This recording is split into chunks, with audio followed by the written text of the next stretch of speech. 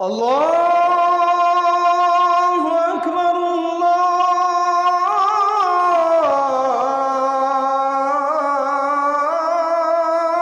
আকবার। আপনার তো রাগ হওয়ার কথা না। যদি রাগ হয় বুঝবেন আপনি মুশরিক, আর যদি রাগ না হয় মনে করবেন আপনার ভেতরে একটা কাজ আছে। কি আছে? না না। এর পরের শব্দের দিকে তাকান, সূরা শুরার 13 নম্বর আয়াতের শেষের দিকে আছে আল্লাহু ইয়াজতাবি ইলাইহি মাইয়াশা। আল্লাহ পাক বলেন, দিন কায়েমের জন্য আমি সবাইকে পছন্দ করি না। যাকে আমার ভালো লাগে, যাকে আমি মনোনীত করি, যাকে নির্বাচিত করি, যাকে আমার পছন্দ হয়, এই মানুষটাকে আমি আল্লাহ দিন কায়েমের জন্য কর্মী বানিয়ে ময়দানে ছেড়ে দেই। কিন্তু কে সে?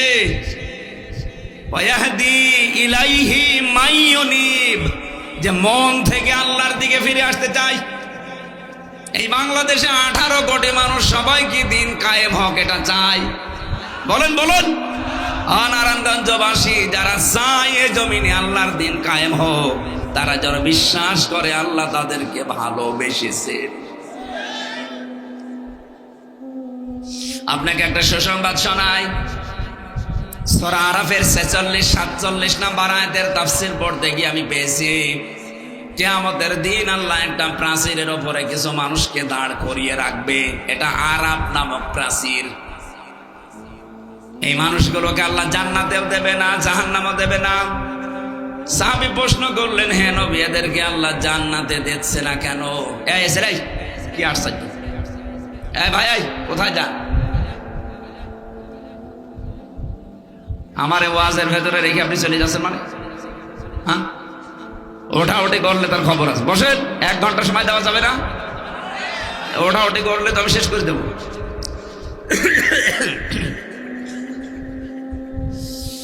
নারায়ণগঞ্জবাসী, যে কথা তুলেছিলাম, এখান থেকে একটা শিক্ষা নেওয়া লাগবে। আজ 18 কোটি মানুষ দেশে সবাই এই দিন কায়েম হোক চাচ্ছে না। এই জন্যে চাই না, আল্লাহ তাদেরকে মনোনীত করে নাই, নির্বাচিত করে নাই, কারণ তারা মন থেকে আল্লাহর দিনের দিকে ফিরে আসে নাই। যারা ফিরে এসেছে আল্লাহ তাদেরকে দিন কায়েমের পথে লাগাবে। এই কথা বলেন না কেন? আর এটা সব চাইতে বেশি এখন বাংলাদেশে অগ্রণী ভূমিকা পালন করছে বাংলাদেশ জামাত ইসলামী। অন্য কোন দল আপনি দেখান, যাদের ইউনিয়ন থেকে শুরু করে আন্তর্জাতিক মহল পর্যন্ত সব জায়গায় যোগ্য এবং সৎ মানুষ সেট করতে পারে, কোন দলে বাংলাদেশে এখন নেই জামাত ইসলামী ছাড়া।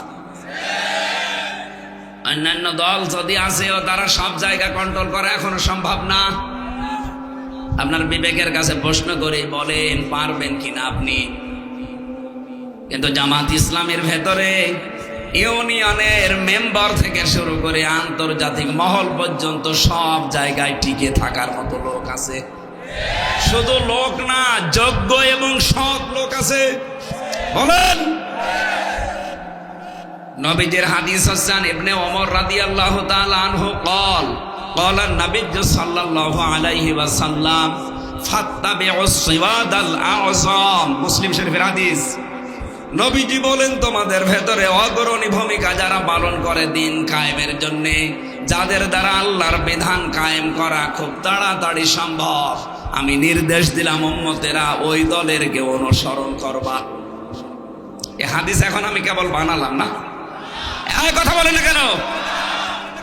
সুতরাং এই দেশে এখন যেহেতু দিন কায়েম করার অগ্রণী ভূমিকায় আছে 1 নম্বরে জামাত ইসলামী বাংলাদেশ, এই জন্য চোখ কান বুঝে আপনাদের আমি আহ্বান জানাচ্ছি, আসেন যেভাবেই হোক এদেরকে সাহায্য সহযোগিতা এবং কি অনুসরণ করে আল্লাহর আইন প্রতিষ্ঠায় এগিয়ে দেই।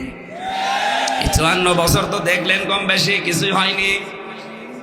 অধ্যাপক ইলিয়াস মোল্লার মতো মাত্র 151 জন যদি এবার কোরআন শরীফ বুকে নিয়ে যেতে পারে, 5 বছর লাগবে না। উনি তো 7 দিন সময় দিয়েছে, 7 দিন এই দেশ পরিবর্তন হয়ে যাবে। টেকনাফ থেকে তেতুলিয়া 1150 কিলোমিটার পথ। যে কোনো ভাবে আপনি রাত দিন চলে যাবেন, কোনো চিন্তা আপনার মনের ভেতরে আসবে না, শুধু আল্লাহর ভয় ছাড়া। মালয়েশিয়া বাংলাদেশের চাইতে প্রায় 5 ডবল বড়। আমি প্রতিদিন প্রায় 1200-2000 কিলোমিটার রান করতাম। এ বিশাল দেশ, আর আজ 2টা-3টা নেই, চলে যাচ্ছি মরুভূমি, পাহাড়, শুধু পাম গাছ, বিশাল জঙ্গল পার হওয়া লাগে। ড্রাইভার আমারে বলছে রাত 2টা বাজে, কোনো ভয় নেই হুজুর, শুধু আল্লাহ ছাড়া আমাদের সামনে কেউ নেই। আমরা তো এরকম একটা দেশ চাই। কথা বলেন না কেন? আজকে আমি কুষ্টিয়া থেকে খুব বেশি হলো 30 কিলো এসেছি, এরপরে গাড়িটা নষ্ট হয়ে গেছে। আমি আর একজনকে নিয়ে আসলাম আসার সময়, যে ড্রাইভার, ওর বাড়িও কুষ্টিয়া। ওরে বললাম যে আমরা নামিয়ে দিয়ে আপনি চলে যান, ওইটা গাড়ি সারা হয়ে গেলে আসবে। উনি আমারে নামিয়ে দিয়েছে এখানে 9টা 25-এ। খাবার খেয়ে নামাজ পড়ে চলে এসেছি। ওনারে বললাম আপনি চলে যান, ভয় পাচ্ছে। বলছে না, আমি রাতের বেলা কুষ্টিয়া যাব না, এখানে কোনো জায়গায় থাকবো, ফজরের আজান দিলে বের হব। এখনো কোন দেশে আমরা আছি আপনি টের পাচ্ছেন? সুতরাং আমরা চাই মালয়েশিয়া যেমন চলছে, ও দেশে তো আল্লাহর বিধান পুরাপুরি চলে না, তাই এত নিরাপত্তা তারা দিতে পেরেছে। আমার এখানে যদি আল্লাহর বিধান পুরাপুরি কায়েম হয়ে যায়, আপনি দেখবেন বাংলাদেশ একটা মিনি জান্নাত হয়ে গেছে। জোরে বলেন আলহামদুলিল্লাহ। এই দৃশ্য আমরা দেখতে চাই চর্মচোখে। আপনারা চান না? এই কথা বলেন, চান না? এটা শুধু চাওয়াই শেষ। হাদিস ছিল কি, ফাত্তাবিউস সিওয়াদাল আযম, যারা দ্রুত ইসলাম কায়েম করতে পারে তোমাদের ভেতরে, তাদেরকে অনুসরণ করো। এই নির্দেশ রসুলের। আর রসুল্লাহ কোনো কথা বলে না যতক্ষণ আল্লাহ তাকে না বলে। এক কথা বলেন না কেন? সুতরাং এই নির্দেশ সরাসরি আপনি কার? এরপরও যদি কারো বিবেকে এটা না গ্রহণ করে, যান, আপনারা ছেড়ে দিলাম, আপনি চলে যান। ওই যে চলে যাচ্ছে, যান।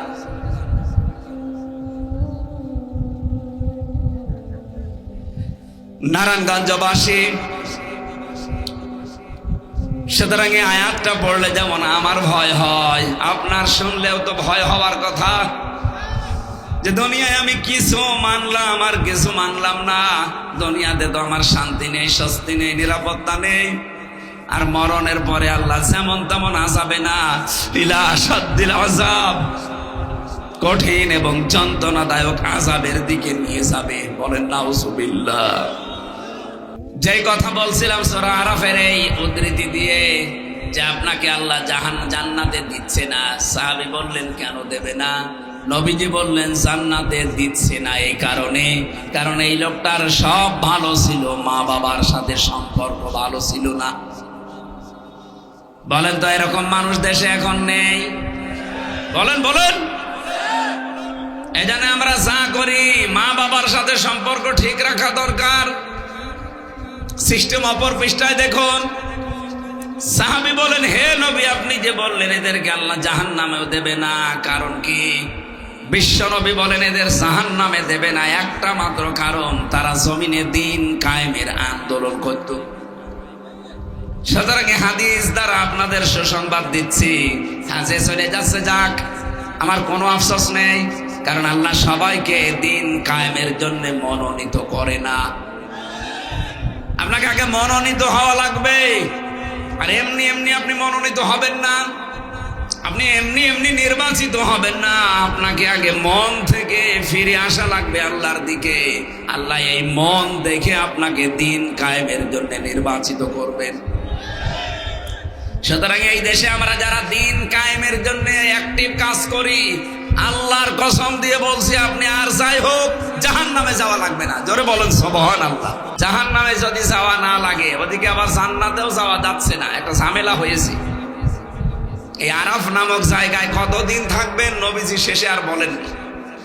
এই জন্য আমাদের উচিত হচ্ছে দিন কায়েমের আন্দোলনে যারা আছি, মা বাবার হকও যেন আমরা আদায় করতে পারি। জোরে বলেন আমিন। এই জন্য সবার জন্য আজকের এই অনুষ্ঠান যেহেতু উন্মুক্ত, সবাইকে নিয়ে এই দরবারে ইলাহিতে শুকরিয়া আদায় করছি আলহামদুলিল্লাহ। রবিউল আউয়াল মাস আজকে 26 তারিখ। দেখতে দেখতে কিন্তু মাসটা চলে যাচ্ছে।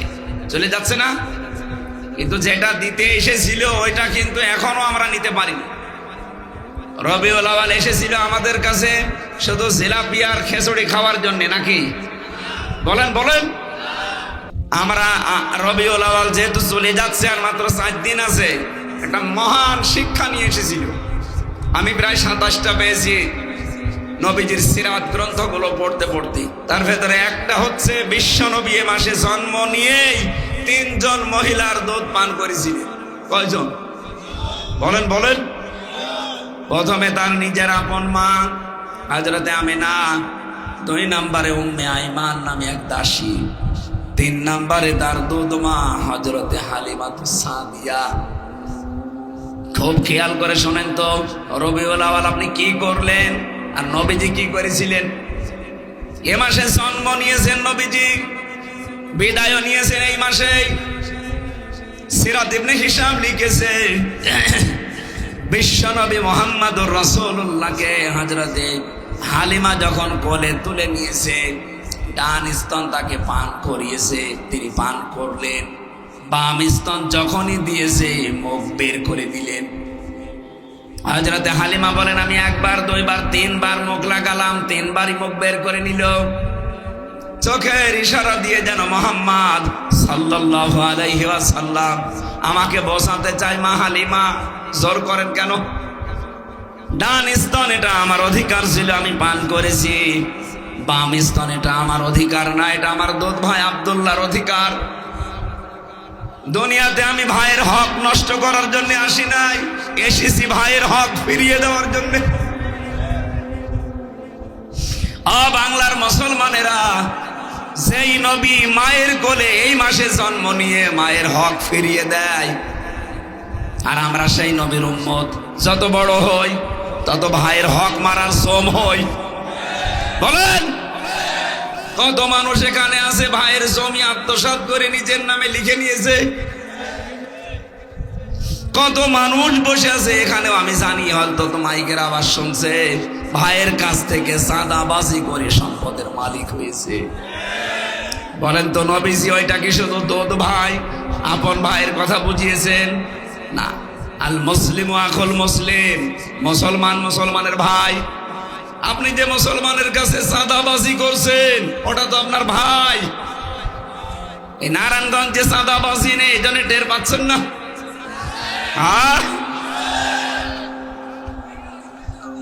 অথচ যেই লোকটা ভাইয়ের কাছে চাঁদাবাজি করে লক্ষ কোটি টাকার মালিক, এই রবিউল আউয়াল আসলে আমারে ডেকে বলবে, হুজুর মিলাদ করে দেন। মিলাদের পরে জিলাপি দেবে, খিচুড়ি দেবে, বিরিয়ানি দেবে। কোথায় পেলেন টাকা?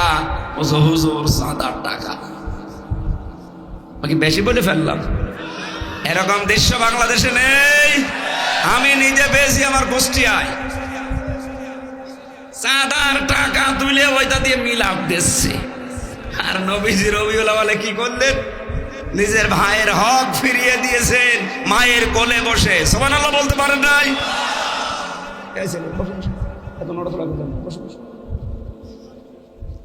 এই জন্য আমাদের উচিত হচ্ছে এই রবিউল আউয়ালের এই হক নামে এই শিক্ষাটা নেওয়া। আমরা হকের বিস্তারিত কথা শেষের শব্দে থেকে বলবো ইনশাআল্লাহ। সূরা আনাম 51 নম্বর আয়াত, মাত্র একটা আয়াত পড়েছি।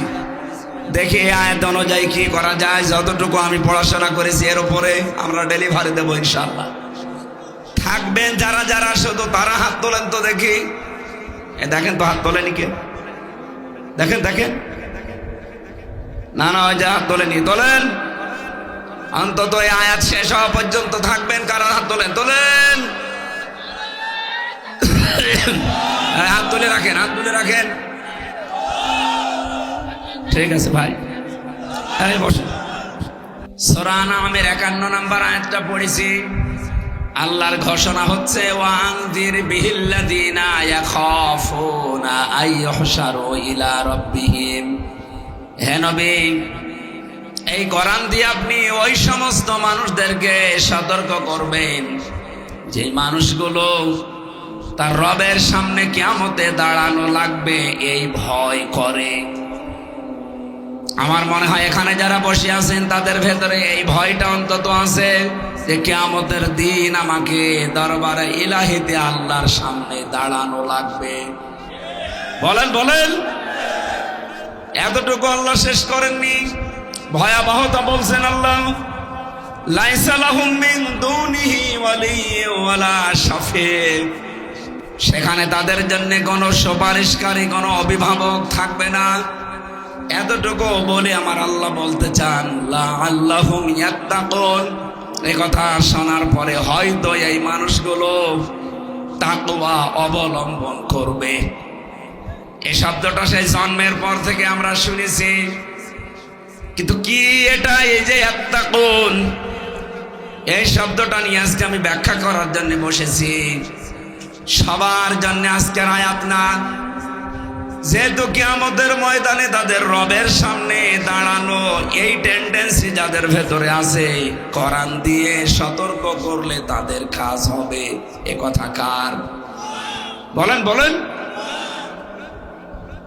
ফাযাক্কির বিল কুরআনি মান ইয়াখাফু ওয়াঈদ। So admonish and or by the Holy Quran him who fears my threat.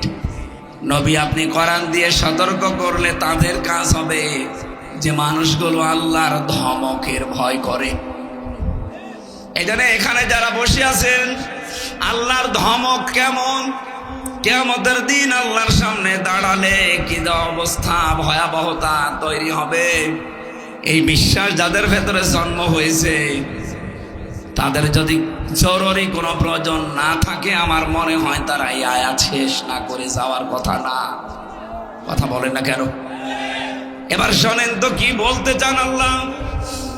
এই কোরআন দিয়ে সতর্ক করবেন আপনি তাদেরকে যারা আমার সামনে হাসরের ময়দানে দাঁড়ানোকে ভয় করে। অনেক মানুষ ভয় করতে চায় না, কারণ কি? তারা মনে করে কিয়ামতের দিন আল্লাহর সামনে যদি আমি দাঁড়ায়ও, একা না, লক্ষ লক্ষ মুরিদ ভাই আমার সাথে থাকবে, তাদের সামনে আমি দাঁড়াবো না। এটা ডাহা মিথ্যা কথা এবং প্রতারণা।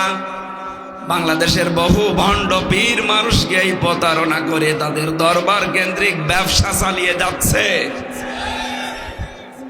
কিয়ামতের দিন কেউ কারো সাথে আসবে না, প্রতিটি মানুষকে আল্লাহর সামনে দাঁড়ানো লাগবে সিরেফ একা একা। ওয়াকুল্লুহুম আতিহি ইয়াউমাল কিয়ামাতি ফারদা। সূরা মারইয়ামের 95 নম্বর আয়াতে আছে, রব্বুল আলামিন বলেন কিয়ামতের দিন প্রতিটি মানুষকে আমার সামনে আমি দাঁড় করাবো একা একা। কয়জন করে? আল্লাহ বলেন আমি একা একা দাঁড় করি, ওর পুরা জীবনটা সম্পর্কে জিজ্ঞাসা করব। বিশেষ করে 5টা প্রশ্নের জবাব দেওয়া ছাড়া ওর সামনে যাওয়ার কোনো উপায় নেই। এমনকি পিছনেও যেতে পারবে না, জায়গায় দাঁড়িয়ে থাকবে। মা তাসালু কদামা বানি আদম আবদি ইয়াউমাল কিয়ামাতি হাত্তা ইসআলান খামসিন আন উমরিহি ফিমা আফনা। প্রথমেই প্রশ্ন হবে তোমার জীবনটা কিভাবে তুমি কাটালে। নারায়ণগঞ্জবাসী, আপনি গরু ছাগল না, আপনার বিবেক আছে, আপনি মানুষ। একটু ভাবেন তো, এখনই মরে গেলেন, আল্লাহ পাক তার নিজের সামনে যদি দাঁড় করিয়ে বলে, হামজা একটা 50-60 বছরের জীবন দিয়েছিলাম, কিভাবে কাটালে বলতো? আমার তো 50 বছর না, মাঝে মাঝে একা থাকলে আমার মনে হয় রব্বুল আলামিন যদি আমারে বলে, হামজা 2025 সালের আগস্ট মাসের 31 তারিখ পর্যন্ত তোরে মাফ করে দিলাম, যা শুধু সেপ্টেম্বরের 1 থেকে 19 এই 19টা দিনের হিসাব দিয়ে যা জান্নাতে চলে যা। আমার তো মনে হয় এই 19 দিনের হিসাব এখনো আমার জোগাড় হয়নি। আপনারা পারবেন? হ্যাঁ, আপনারা পারবেন। কত কঠিন বিষয় আপনি কি জানেন? হিসাব। এই চিন্তা থেকেই হযরত ওমর এই যে হিসাব দেওয়া লাগবে, ঘুমাতে পারতেন না রাতে। তারপরেও তো তার জান্নাতে যাওয়ার গ্যারান্টি দুনিয়ায় আল্লাহ পাঠিয়ে দিয়েছিলেন। এই জায়গার মানুষ যদি এই চিন্তা করতে পারে যে কিয়ামতে আমি কি জবাব দেব, তাহলে আমাদের চিন্তা ভাবনা কত বেশি হওয়া দরকার আপনি বলেন। এই টেন্ডেন্সি যতদিন পর্যন্ত মানুষের ভেতরে বদ্ধমূল না হবে, সে যদি আকাশ দিয়ে উড়িয়ে যায় তারপরেও তার দ্বারা আপনি দুর্নীতি বন্ধ করতে পারবেন না। এইটা আগে তৈরি হওয়া লাগবে। কিয়ামতে আল্লাহর সামনে আমাকে আল্লাহ দাঁড় করিয়ে প্রথমেই জিজ্ঞাসা করবে আমার পুরা জীবনটা নিয়ে। খলিফাতুল মুসলিমিন হযরতে আবু বকর সিদ্দিক রাদিয়াল্লাহু তাআলা আনহু এই টেন্ডেন্সি তৈরি হওয়ার কারণে কি করেছিলেন দুনিয়ায়, তার জীবনীতে পড়লাম। তার সন্তান আব্দুল্লাহ একবার তার মায়ের কাছে এসে বলে, মা আমি একটু পায়েস খেতে চাই। স্বামীকে ডাক দিয়ে বললেন, স্বামী আপনি তো দেশের দায়িত্বে আছেন, ঘরে তো ওইরকম খাবার নেই, ছেলেটার আশা যে পায়েস খাবে, আপনি একটু বাইতুল মালের খাজানসি যিনি অর্থমন্ত্রী তারে বলেন কিছু টাকা দিতে। উনি গেলেন, যাওয়ার পরে বলছেন আগামী মাসে যে বেতন পাবো ওই টাকাটা আমারে আগেই দিয়ে দেন। অর্থমন্ত্রী ওই রকম ডাক দিয়ে বলে, খলিফা আগামী 1 মাস আপনি বেঁচে থাকবেন সেই গ্যারান্টি আপনার আছে। আগামী 1 মাস জনগণ আপনাকে চেয়ারে বসিয়ে রাখবে এই গ্যারান্টি আপনার আছে। আপনার যখন কোনো গ্যারান্টি নেই, আপনাকে আমি 1 মাসের অগ্রিম বেতন দেবো কোন কারণে? যান বেতন নেই। উনি বাড়িতে আসলেন, স্ত্রীকে বললেন না সম্ভব না, এই বলেছি বাইতুল মাল থেকে। স্ত্রী বলে ঠিক আছে। প্রতিদিন উনি যে ভাতা পায় রাষ্ট্রের কাছ থেকে, যে বেতন পায়, মনে করেন 100 টাকা করে, ওখান থেকে 90 টাকা করে খরচ করে সংসারের জন্য 10 টাকা করে আলাদা করে রাখে। 15 দিন পর এই 150 টাকা দিয়ে আটা কিনে উনি পায়েস বানিয়েছে, সন্তানকে দিয়েছে, আবু বকর সিদ্দিককেও দিয়েছে। হযরত আবু বকর জিজ্ঞাসা করলেন, স্ত্রী টাকা তো আমি এনে দেইনি, কোথায় পেলে? স্ত্রী বলছে হারাম না, এইভাবে জমিয়েছিলাম। উনি খাবারটা খেলেন, চলে গেলেন বাইতুল মালে।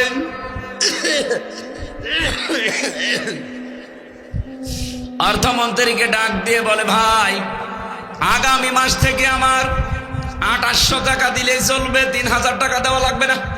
কেন? কারণ আমি চিন্তা করে দেখলাম 2800 টাকা হলেও আমার সংসার চলে, জনগণের এই টাকা নিয়ে আমি বেতন নেই, 200 টাকা আমি কেন বেশি নেব? কিয়ামতের দিন এই 200 টাকার জন্য আমার জবাব দেওয়া লাগবে। এটা রেকর্ড হচ্ছে এখানে। যদি একজন মানুষও না থাকে আমার অসুবিধা নেই, তামাম পৃথিবী চলছে। হে পৃথিবীর মানুষেরা, হে বাংলার মানুষেরা, আমরা এইটা চাই। এদেশের 1628 জন মানুষ দায়িত্বে আছে। এই মানুষগুলো যদি হযরত ওমরের, আবু বকরের এই টেন্ডেন্সি নিয়ে দেশটা চালাতে পারে, আল্লাহর কসম বাংলাদেশ মিনি জান্নাত হয়ে যাবে। কিয়ামতের এই ভয়াবহতা মানুষকে মানুষ বানিয়ে ফেলে।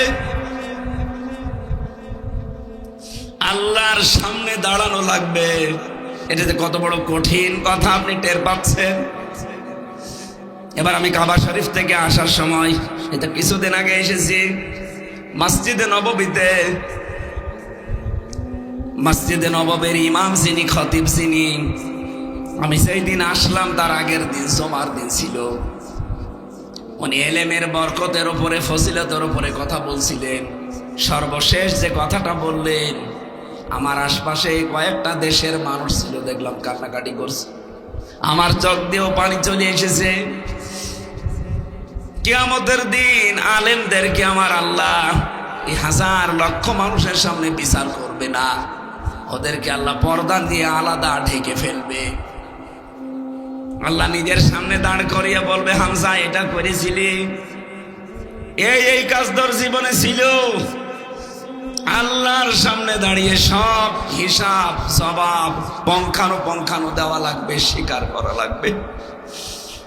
উনি একটা হাদিস বলার পরে ব্যাখ্যাটা বলছিলেন, কিয়ামতের ওই ময়দানের শেষ পর্যায়ে আমার আল্লাহ আমার কাছ থেকে সব কথাগুলো মনে করেন শোনার পর, স্বীকৃতি নেওয়ার পর আস্তে করে বলবে যে যা, তোরে গোপনে মাফ করে দিলাম, কাউকে কিছু বলবি না, জান্নাতে চলে যা। নামের আগে আলেম আছে, এটা একটু আশা লাগে, ভরসা লাগে। কিয়ামতের দিন আল্লাহ যেন অন্তত এই আলেমটা ঠিক মতো আমার এই জায়গা পর্যন্ত পৌঁছিয়ে দেন। আপনারাও এখানে যারা আছেন, আপনারাও আলেম। আলেম মানে জ্ঞানী, যে যতটুকু জানেন দিনের বিষয় আপনি অতটুকু আলেম। কি কথা বুঝতেছেন?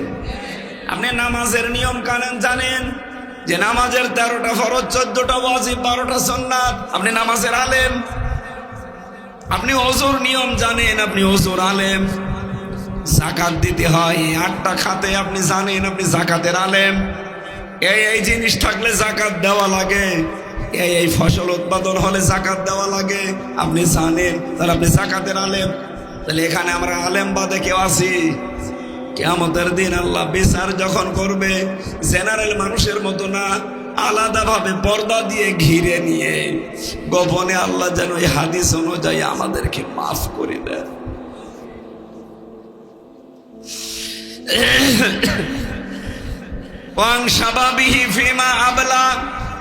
নবীজি বলেন, দ্বিতীয় প্রশ্ন আল্লাহ করবে, একটা যৌবন দিয়েছিলাম, কোথায় কাটিয়েছিস বল? ও বাংলার যুবকেরা, কোন দিকে দৌড়াচ্ছেন? ফাইনা তাযহাবুন ইন হুয়া ইল্লা যিকরুল লিল আলামিন। আসেন, আল্লাহর কোরআন বিশ্বের মানুষের জন্য উপদেশ। অন্যান্য জেনারেল দলে যারা মানুষের তৈরি করা আইন কায়েমের জন্য চেষ্টা চালান, যৌবনটা নষ্ট করছেন। আসেন, বিবেকটা কাজে লাগান। আপনারও তো দায়িত্ব এই যৌবনটা অন্তত দিনের কাজে লাগানো। আপনার যৌবনের মিছিল আল্লাহর দিনের কাজে লাগে না, আপনার যৌবনের দেওয়ালের লিখন দিনের কাজে লাগে না, যৌবনের চিন্তা ভাবনা দিনের কাজে লাগে না। কি জবাব দেবেন সামনে দাঁড়িয়ে?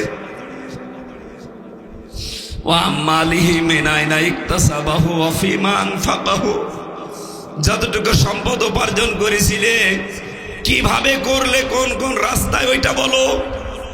কিভাবে খরচ করেছো ওই রাস্তাগুলো বলা লাগবে। যতটুকু জ্ঞান অর্জন করেছিলে এর উপরে কতটুকু মেনে চলতে, ওইটা বলো। কিয়ামতের এই 5টা প্রশ্ন তার সামনে দাঁড়িয়ে জবাব পুঙ্খানুপুঙ্খানু দেওয়া লাগবে। আপনি এখন থেকে জীবনের হিসাব মিলিয়ে বাড়ি যান।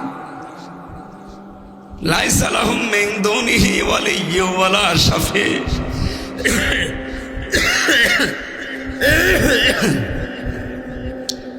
কোন অভিভাবক পাবেন না, কোন সুপারিশকারীও থাকবে না আল্লাহর সামনে আপনাকে রক্ষা করতে। যারা আজ আপনাকে ধোঁকা দিয়ে বোকার স্বর্গে রেখেছে যে আমি আছি, এগুলো ভুয়া কথা। আল্লাহ বলেন কেউ থাকবে না। আজ যারা বলে যে কিয়ামতের দিন লক্ষ লক্ষ মুরিদ নিয়ে এক এক পীর সাহেব উঠবে, এগুলো ভণ্ডামি আর বোকামি ছাড়া কিচ্ছু না।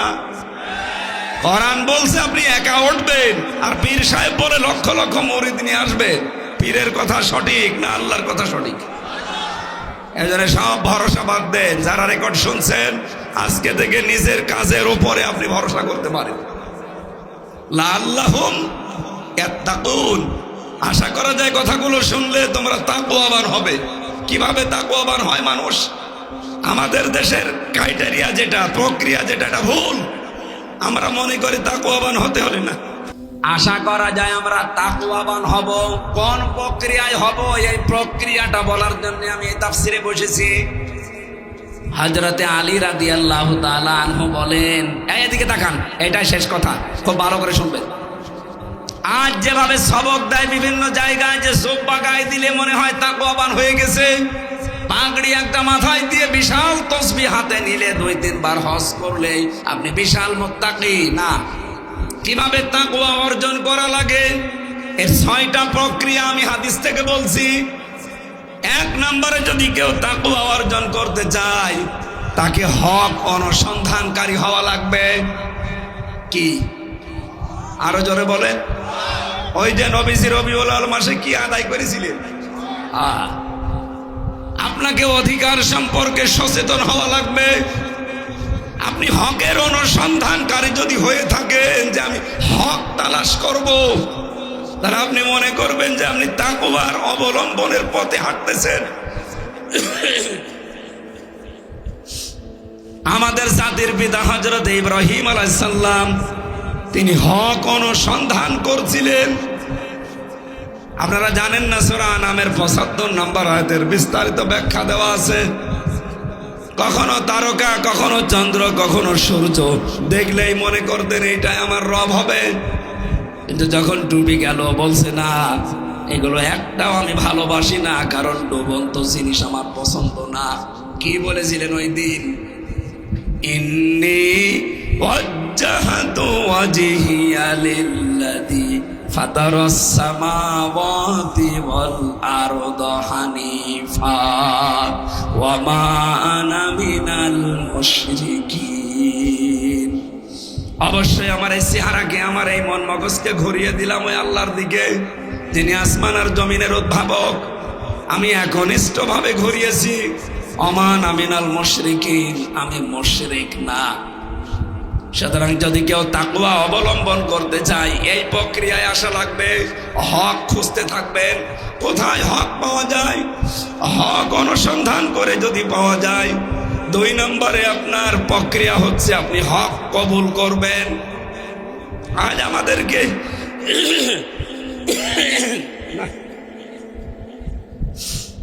জাতির পিতা ইব্রাহিম আলাইহিস সালাম তিনি অনুসন্ধান করে হক পেয়েছিলেন, আর আমার এই বাংলার জাতির মানুষদেরকে চোখে আঙ্গুল দিয়ে হক দেখিয়ে দিলেও কবুল করতে চায় না।